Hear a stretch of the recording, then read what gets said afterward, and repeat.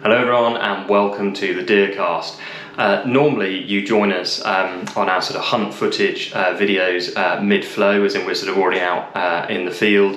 Sometimes I remember to do a quick intro before we jump in the car and head out. This time, given the kind of nature of the video, I thought it was probably important to do a bit of an intro and a bit of an outro because you are going to sort of follow me on a relatively short stalk, to be fair, where I've shot what I described as the fallow buck of a lifetime. And what I mean by that is certainly for me, he's by far the biggest fallow buck I've ever shot.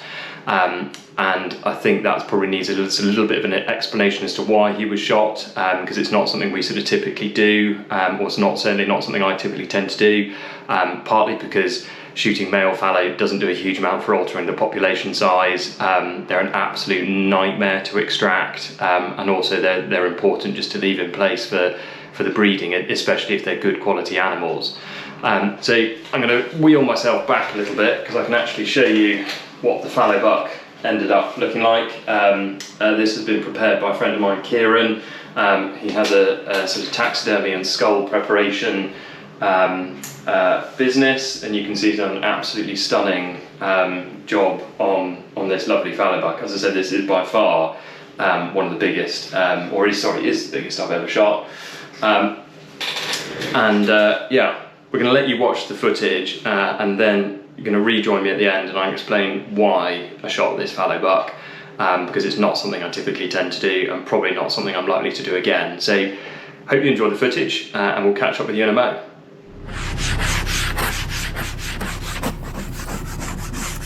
So I just wanted to prove to you with this clip that stalking deer, especially in the winter, is not all glamour. So this is us de-icing the car.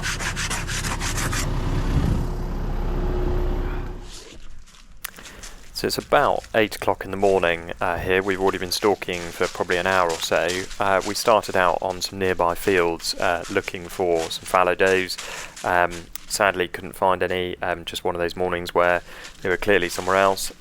Decided to come into this little block of woodland. It sort of covers the crest of a hill and then drops down into the bottom of a valley off to our right hand side. I've found a group of bachelor herd in here a few times, with one buck in amongst them that has never looked particularly sort of happy or healthy, or certainly hasn't done for the last few times I've come across him in this wood. So I thought I'd have a quick skirt through here. If I came across a pricket, perhaps takes one or two of those, and if we came across the buck, then we would kind of make a judgment call at the time. So we're just creeping our way through here. The wood stretches out a sort of fair way ahead of us, and the bottom of the wood is in the bottom of the valley off to our right hand side.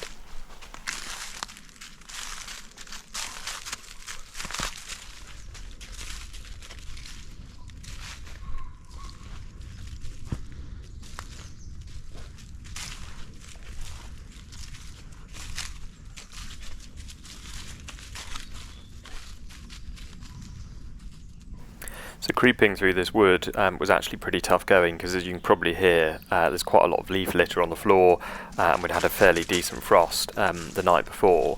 There's also not a huge amount of cover in the wood. You can see it's pretty thin, I think, which is part of the reason the fallow seem to quite like it. There's plenty of room for them to move around, but also they can see anything that's approaching from a fair way off. I spotted about sort of this point in the thermal a single heat signature, which I could tell from the size of it was a fallow deer, but couldn't quite tell what it was until we got a little bit closer.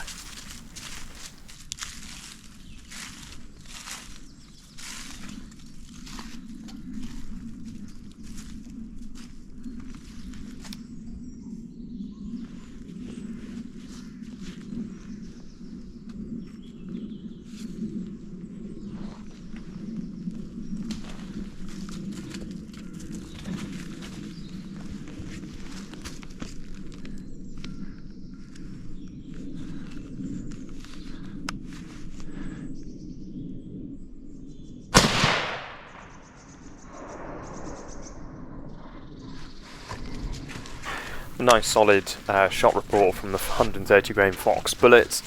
Fallow buck went down immediately, so absolutely no concerns there whatsoever. We just thought we'd give it a couple of minutes before heading over and seeing what he was like.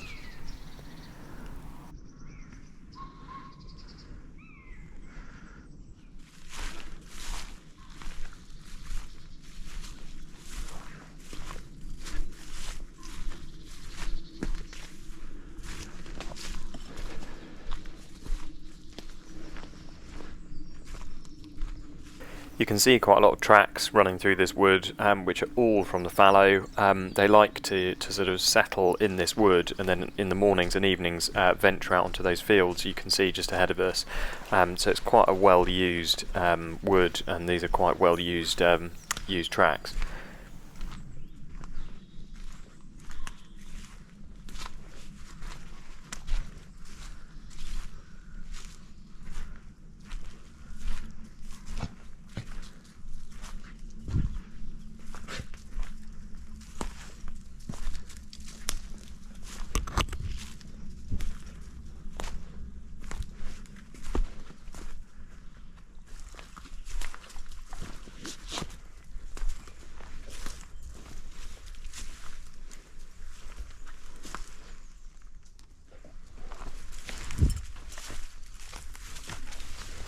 So here's our fallow buck. I was just checking, doing eye blink test, and then also seeing where the bullet had entered and exited.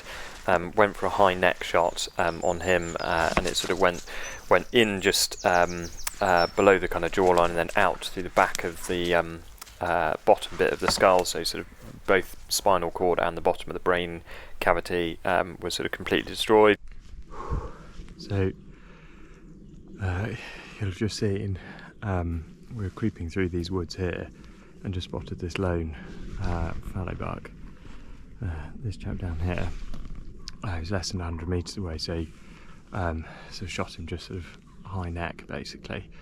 Not ideal in that we're still in March. Well, sorry, we're still in February, so we're mainly after does at the moment. But again, on this farm, under huge pressure to try and reduce numbers. So opportunities like this we can't really say no to.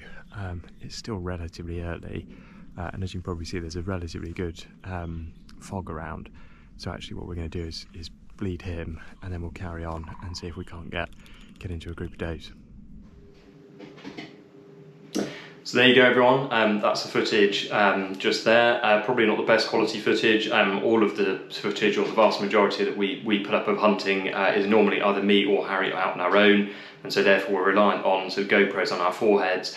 Have tried the trigger cam to try and capture that sort of up close and personal footage, but to be honest, in low light settings, we've been really sort of disappointed with the quality of it, to be honest. Also, in some circumstances, I think it's a bit too graphic and just not appropriate for YouTube.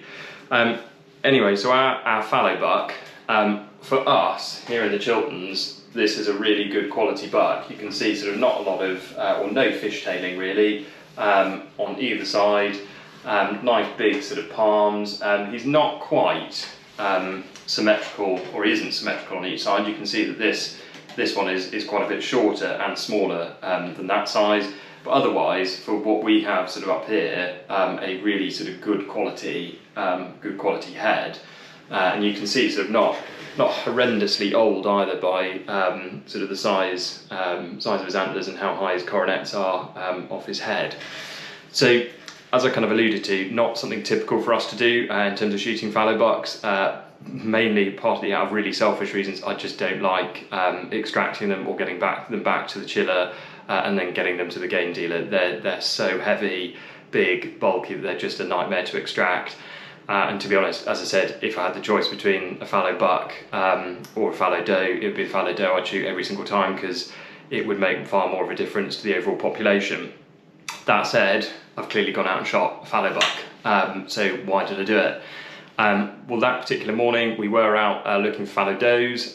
We didn't come across any, or we came across a couple, but they were sort of over the boundary. I came across some that were sort of skylined, and it was getting to the end of the kind of morning outing. Went through a wood where I've seen this buck a couple of times in sort of successive stalks, and each time he's been basically stood in the same place, staring into the distance, and not looking all that alert, not really that bothered by our presence. And again, this morning found him in pretty much exactly the same place, doing exactly the same thing again. And clearly, I've seen him both on successive mornings, but also probably a week or 2 weeks, maybe 2 or 3 weeks apart, and clearly sort of gradually losing condition. And in my opinion, he was probably sort of, I suspect, had rutted out, not gone through the winter all that well, and therefore it was probably his time. It was probably either going to be the winter that was going to finish him off, or me. So I chose to finish him off myself, which may or may not have been the right call, and I'll leave you to make the judgment on that.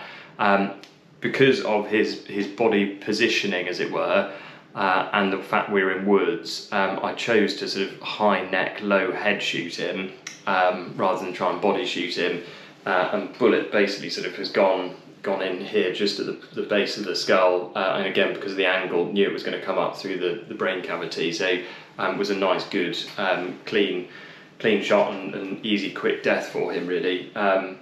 So that was my rationale. Be interested to know what you guys think in terms of whether that was the right call or not, what you do with fallow bucks on your particular ground that you manage. Feel free to pop a comment in the section below. Hope you've enjoyed this video, and please remember to comment, like and subscribe.